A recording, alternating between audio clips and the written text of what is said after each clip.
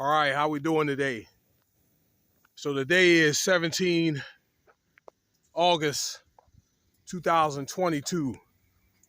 Man, I'm back home though in Virginia. Thought I'd come back for a few days. I'm gonna do a little bit of sightseeing. I'm at Fort Belvoir, Virginia. Fort Belvoir is one of these historic Army bases that has some Revolutionary War and Civil War history. I'm up in Northern Virginia. It's around the Culpeper area. So around this area is Culpeper.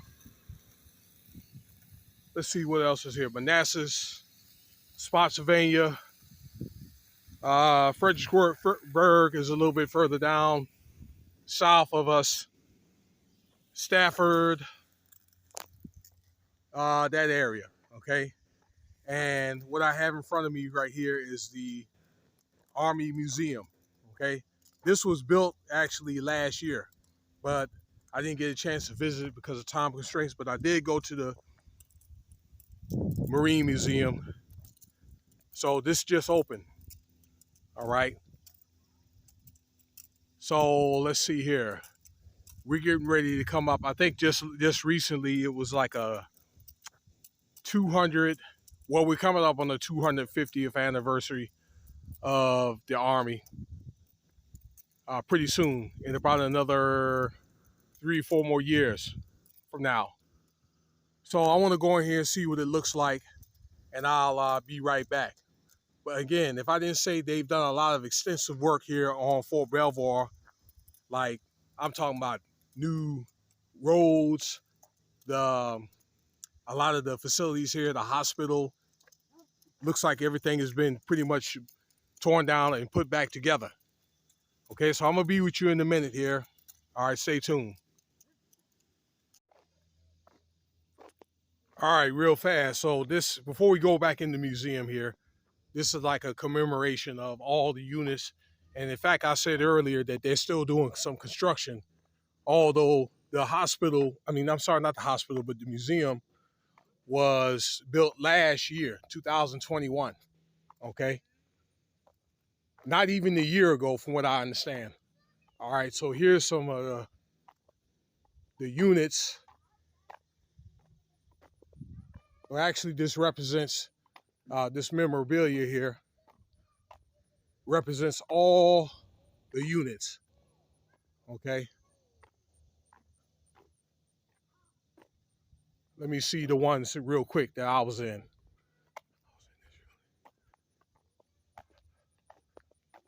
See this right here?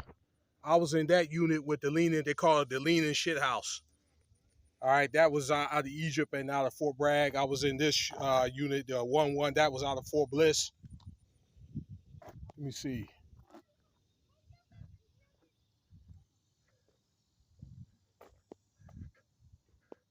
'12th Armored Division. A lot of these units are not, don't exist anymore with the downsizing with the Army and so forth. A lot of these units were at its peak during the Second World War. Okay, the 1st Cavalry Division is very important. Part of that was at Fort Bliss when I was there. Actually, Fort Cav is one that carved out for Fort Bliss. I was in this unit right here. They call it 3rd ID, the Rocket of Marm. They're out of Fort Stewart now. They were in Germany for a long time ago, for a long time. And they came in Fort Stewart around the early 90s. I deployed with Fort Stewart with 110th Quartermaster Company. 2003, I did 9 months, y'all. And I was also 2nd ID. I didn't see the 2nd ID one yet.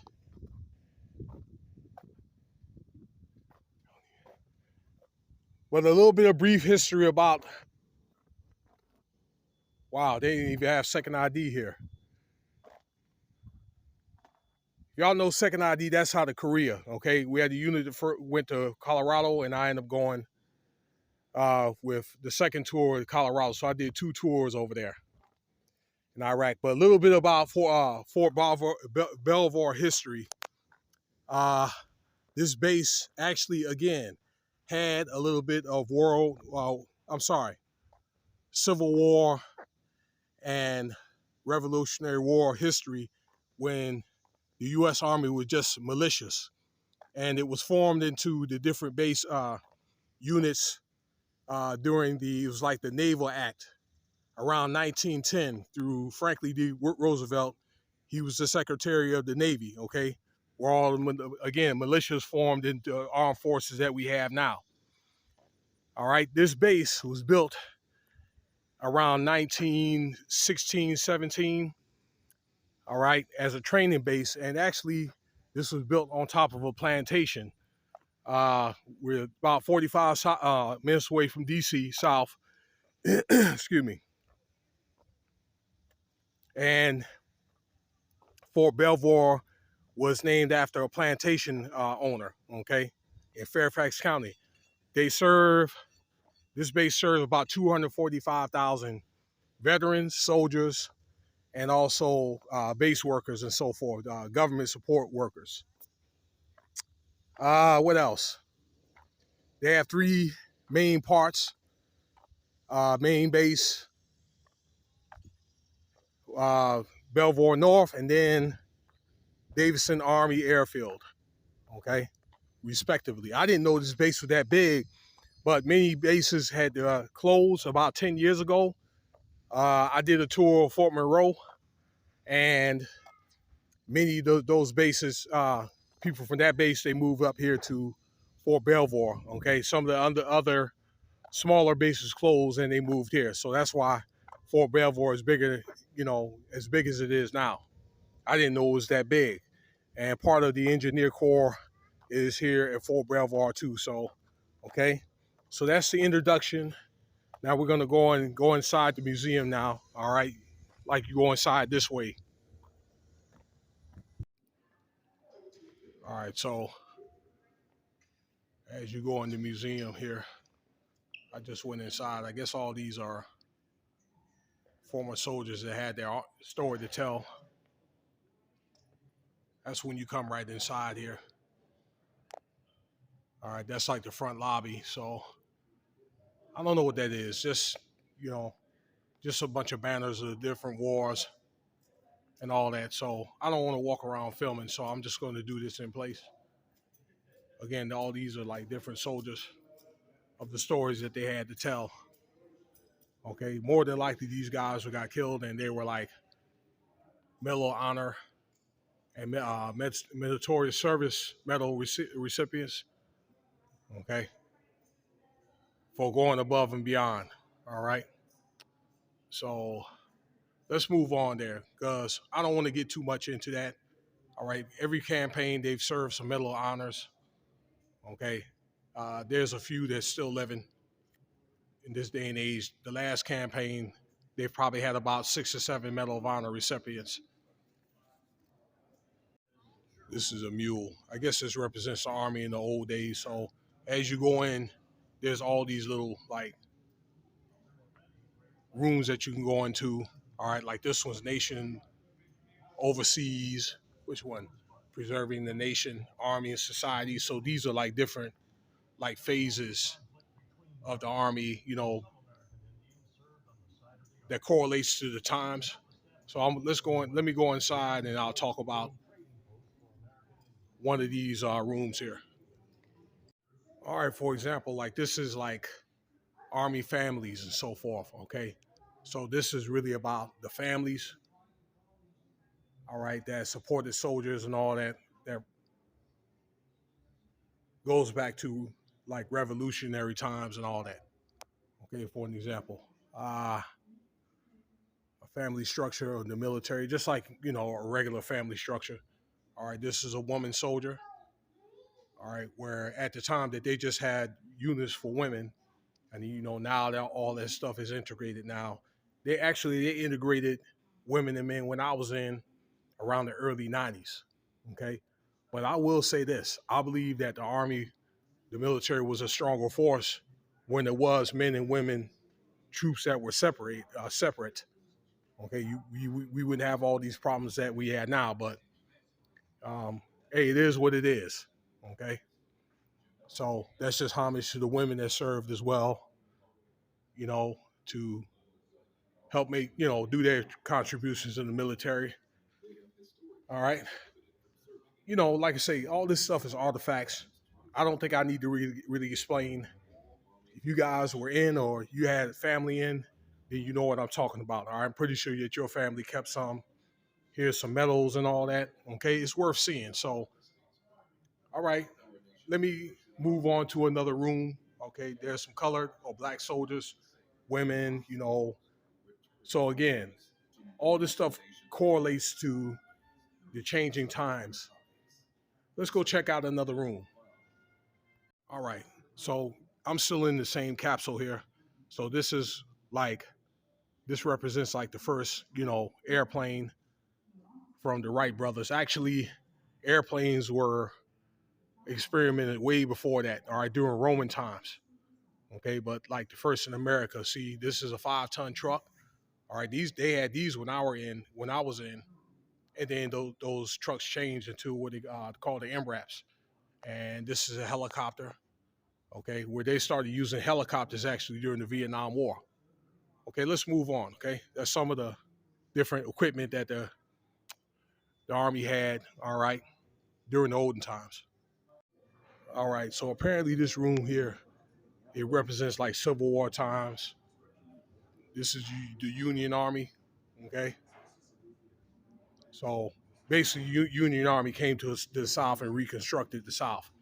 Some of the muskets that they had. All right, look at that, man. Those some nice little muskets, and like the uniforms and all that. Okay, actually, they used to beat on the drum as they were walking a formation or whatever, and shoot at the you know opponent army. Okay, what be it if it's uh, the Confederate or the Union Army, which I didn't think that makes any sense, but it was what it was. All right, so this is a little movie here where they're basically going to talk about the Civil War. You can do that history on your own. All right, see some of the uniforms. All right, let's just go on and move on here. All right, on the way out, I had just discovered that this is a colored unit from Louisiana that was in the Civil War, and one of the officers of this unit got a Medal of Honor. All right, for his brave actions during the Civil War. So this is the display for this colored unit, real quick. All right, and this also talks about the draft too. All right, where actually I didn't know the draft was been around that long. It's been around since 1863. So it talks about that, and we're going to go on and move on. All right, so a lot of this history right here was when the Army started expanding out in the West, probably early to middle 1800s, with Native Americans and the Spanish, which is the Mexican American War with Indians and so forth. All right, where they talk about Buffalo Soldiers, and Buffalo Soldiers were used to fight Indians and that type of thing. After the Civil War, a lot of the Buffalo Soldiers they went to Arizona and so forth, and they could be free in Arizona. All right, some had married the Native American women, but yeah, here's a picture of these guys. All right, many of those guys that come from the South and they got in the Army to get out of slavery. Okay, they have a Buffalo Soldier Museum at Fort Bliss in El Paso. I visited it back in the day when I was stationed there. Okay, let's move on to another capsule here. All right, so this has a lot of the different types of like things like this amphibious equipment. This was used mainly during the Second World War, during that Battle of Normandy. All right, I'm pretty sure y'all seen it if you've seen Saving Private Ryan. All right, here's a 40 cal right here. All right, a lot of those used during the Second World War as well. Sherman tank. Okay, Wow, this was back in the day. A lot of these Shermans have been replaced by the more modern Abrams tank, which has been out for about 30 years, but they've even modified even better now where, they have cruise control and all that stuff.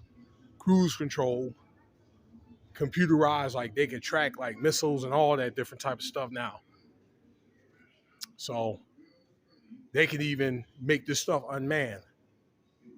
Okay, so this is a combination of that, and I see a lot of older equipment here. Like I say, I see like the old Brownings, okay, rifles,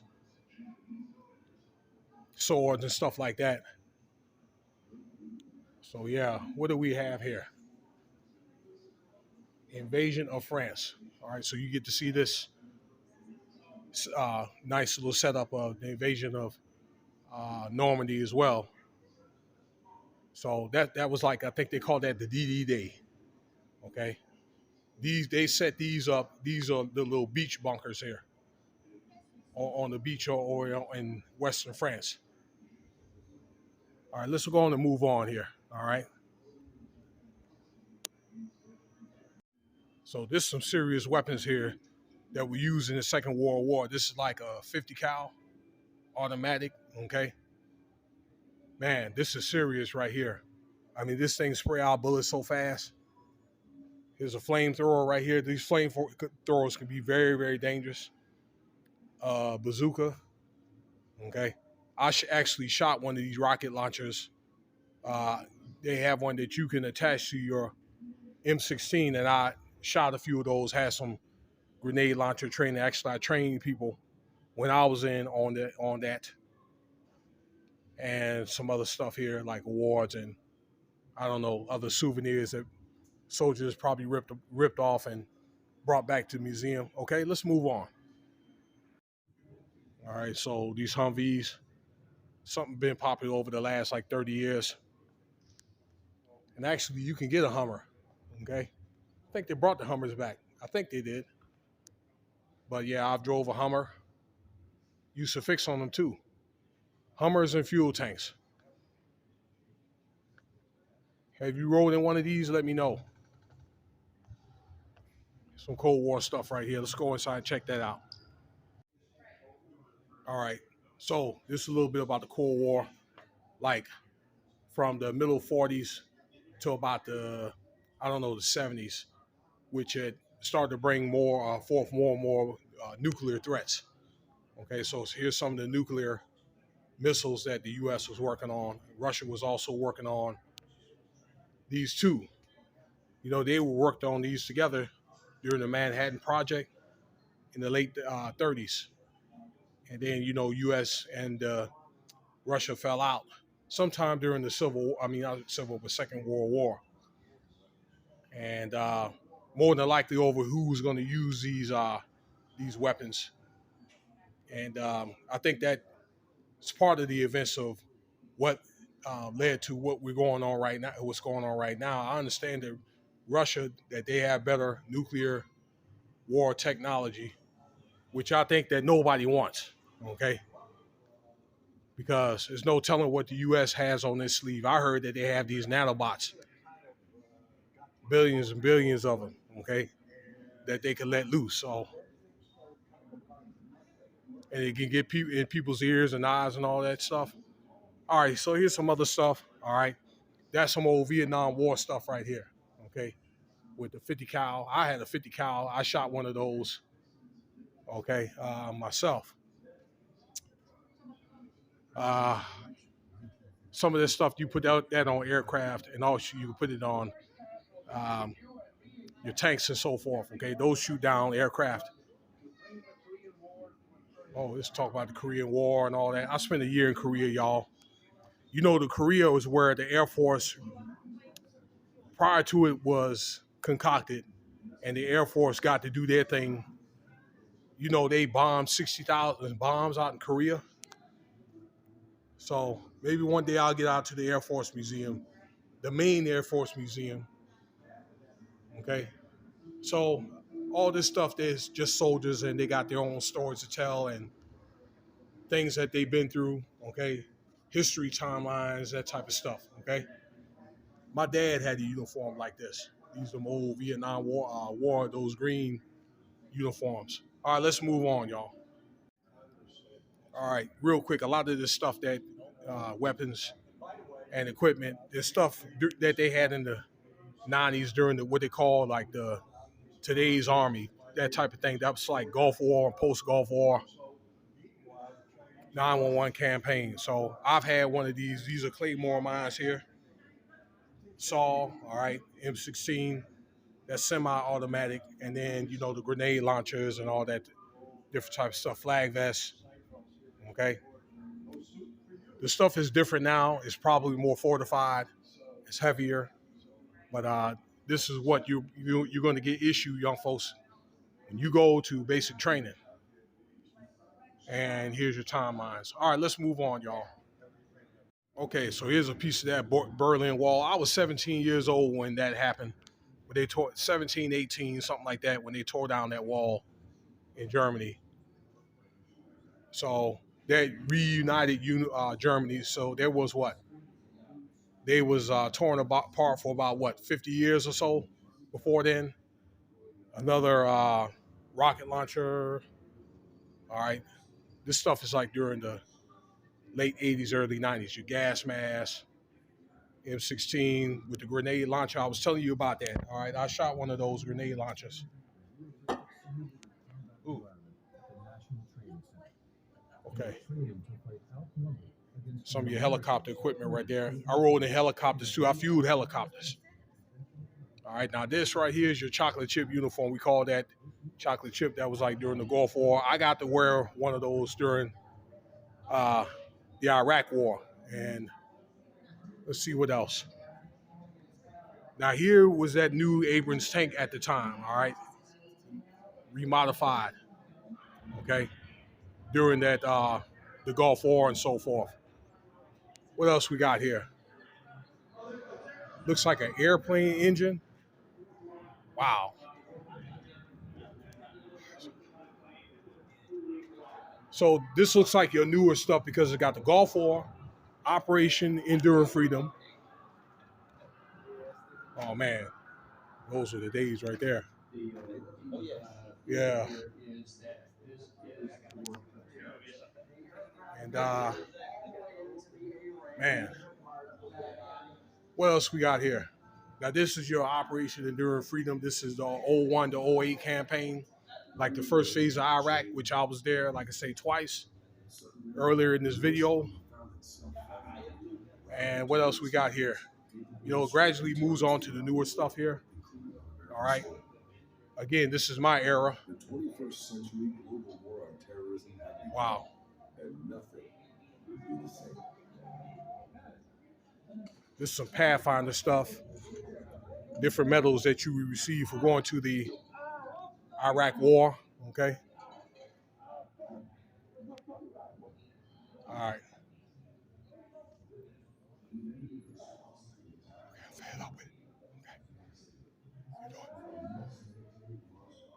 All right, so this is more of my era right here. Not saying that, all of them were important. They did whatever they did.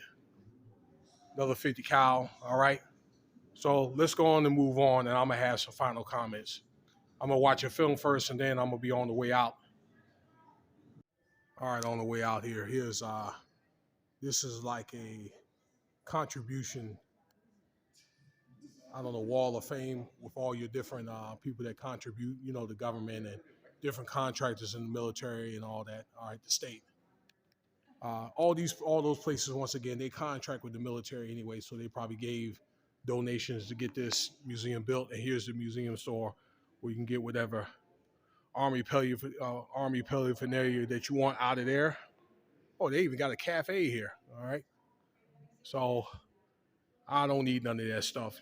I don't need to really be reminded, so forth. So, all right, let me leave here and I'll make some final comments. All right, I guess I'm gonna head on down the road. So I just left the museum, get on down to 95 and head on to the house for a couple of days. But it's one of the things that really, I don't know, I don't really talk about it a lot. Every now and then I may bring a few stories out on my channels But, you know, hey, it's one of the things where it was part of my life. I think I spent about a third of my life when in the Army. And it's one of the things you really just can't just, you know, put away. So it was my pleasure to be able to visit the Army Museum today. I'm going to be back here soon, maybe with family and friends. And thank you for your time, y'all, all right, for listening to this video. You can subscribe if you like, share, leave your comments, and check out some of the other videos, y'all. All right, peace.